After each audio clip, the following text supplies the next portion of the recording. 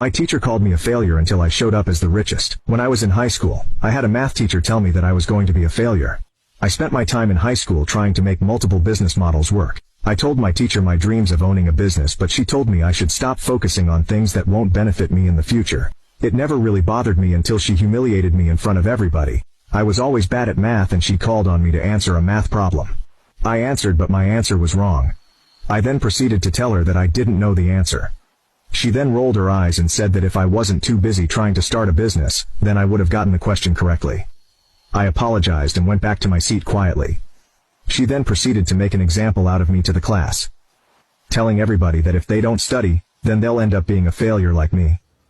She told everybody to go to college and get a good job, while I would still be trying to make my silly business work. I wanted to cry at that moment, but I was just silent. Throughout senior year, she made side remarks about me, but I learned to ignore them. My businesses started doing well, but I kept my success in silence.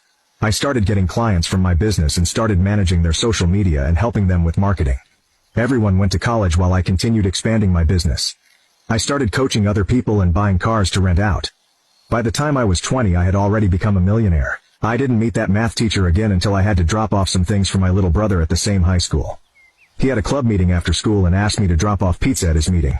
He told me to go to room 12, and to just knock when I arrived.